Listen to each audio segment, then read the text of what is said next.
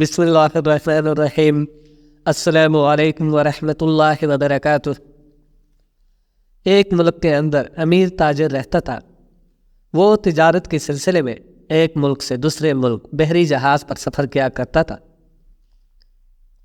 اس کے پاس اپنے بندے موجود تھے جو اس کا سامان جانے اور لے آنے میں کافی مدد کیا کرتے تھے۔ اسی طرح سے کافی آسانی ہوتی تھی ایک ملک سے دوسرے ملک سامان لے آنے اور لے جانے میں۔ ایک مرتبہ تاجر گھر میں بیٹھا تھا تو اس کے مینیجر نے آ کر کہا کہ ہمارے پاس مزدور دن بدن کم ہوتے جا رہے ہیں، آپ ہمیں اجازت دیجیے تاکہ ہم نئے مزدور بھرتی کر سکیں۔ تاجر نے کہا کہ ٹھیک ہے، آپ لوگ نئے مزدوروں کو ٹیم میں شامل کر لیجیے۔ مینیجر نے آ کر کافی سارے نئے مزدور اپنی ٹیم میں شامل کر لیے۔ کچھ دنوں بعد انہیں تجارت کے سلسلے میں دوسرے ملک سامان لے جانا تھا، تو تاجر نے اپنے مینیجر کو بلایا اور بلا کر اس سے کہا کہ فلاں دن ہم سامان لے کر فلاں ملک جائیں گے، تم تیاری کر لو۔ مینیجر نے تاجر کو جواب دیا کہ جی جناب، ہم نے نئے مزدور اپنی ٹیم میں شامل کر لیے ہیں، اس لیے ہمیں اب زیادہ مشکلات کا سامنا نہیں کرنا پڑے گا۔ اب آپ جس دن کبھی کہیں گے اس دن ہی ہم یہاں سے چل پڑیں گے۔ بتایا گیا دن بھی آ گیا۔ مینیجر نے ساری تیاریاں مکمل کر لی۔ بحری جہاز تیار کیا گیا اور اس کے اندر مزدوروں نے سامان لوڈ کر دیا۔ اب تاجر آ کر جہاز کے اندر بیٹھ گیا۔ ان کا بحری جہاز سفر پر روانہ ہو گیا۔ ابھی بحری جہاز کچھ ہی دور چلا تھا کہ ان مزدوروں کے اندر ایک بندہ ایسا تھا جو پانی سے ڈرتا تھا۔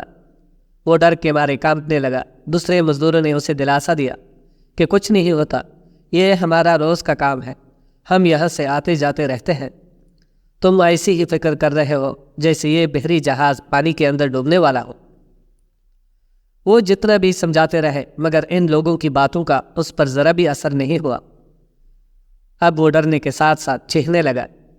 جب اس کی چیخوں کی آواز تاجر تک پہنچی تو وہ بھی ان کی طرف چلا آیا۔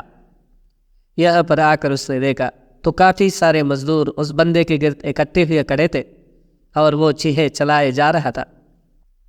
تاجر نے پوچھا کہ ایسے کیا ہوا؟ تو مینیجر نے تاجر سے کہا کہ اسے پانی سے ڈر لگتا ہے، اسی وجہ سے اس پر ڈر حاوی ہو چکا ہے اور یہ چیخیں مار رہا ہے۔ تاجر نے اس سے کہا کہ بھائی، یہ ہمارا روزانہ کا کام ہے، ہم تو آتے جاتے رہتے ہیں، تم ایسے چیخیں مار رہے ہو تو آگے ہمارے ساتھ کیسے سفر کر پاؤ گے؟ اس لیے بہتر ہے کہ تم اب روزانہ کی روٹین بنا لو اگر تمہیں ہمارے ساتھ رہنا ہے۔ یہ سن کر مزدور نے کہا کہ مجھے تو آپ کے ساتھ کام ہی نہیں کرنا، اس لیے مہربانی کر کے آپ مجھے واپس میرے گھر پہنچا دیجیے۔ جہاز چلتے چلتے کافی دور نکل آیا تھا۔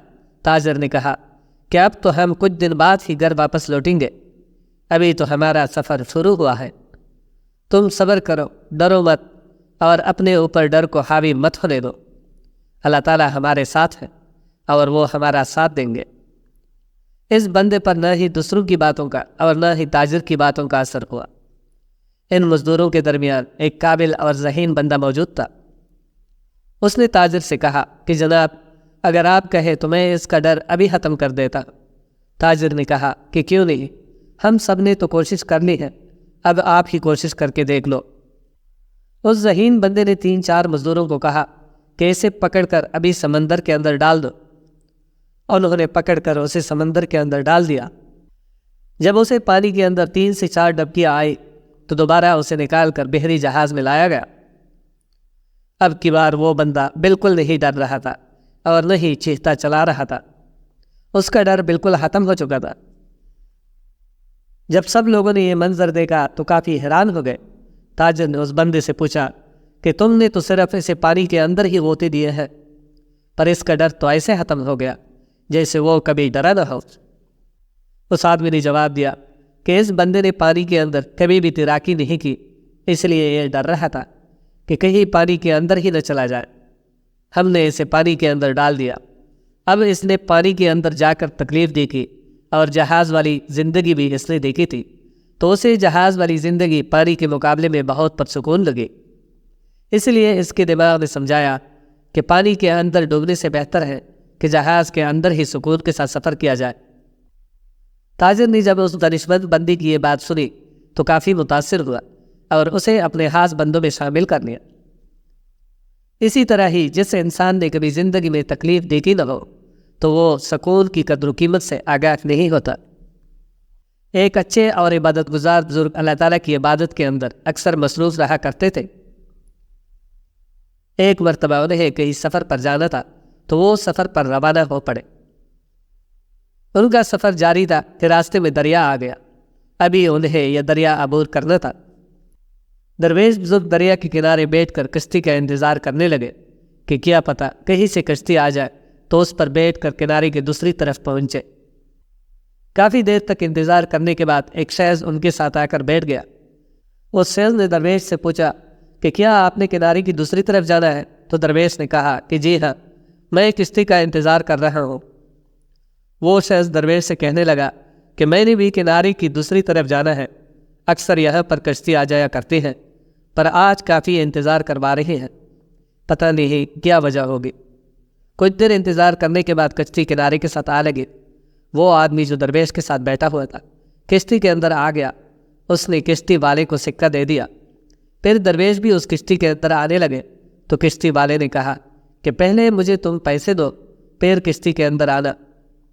درویش نے کہا کہ میرے پاس تو پیسے نہیں ہیں۔ کشتی کے مالک نے کہا کہ ٹھیک ہے، پھر میں بھی تمہیں نہیں لے جاؤں گا، اب تم یہیں پر ٹھہرے رہو۔ یہ کہہ کر کشتی والے نے کشتی چلانا شروع کر دی۔ اب جو شخص اس سے پہلے کشتی پر چڑھا تھا وہ درویش کو دیکھ کر ہنسنے لگا اور ان کا مذاق اڑانے لگا۔ وہ درویش سے کہنے لگا کہ کافی دیر تک تم انتظار کرتے رہے ہو، اب کشتی بھی آ گئی ہے، دیکھو میں نے اتنا بھی انتظار نہیں کیا اور آرام سے بیٹھ کر دریا کے دوسرے کنارے پہنچ جاؤں گا۔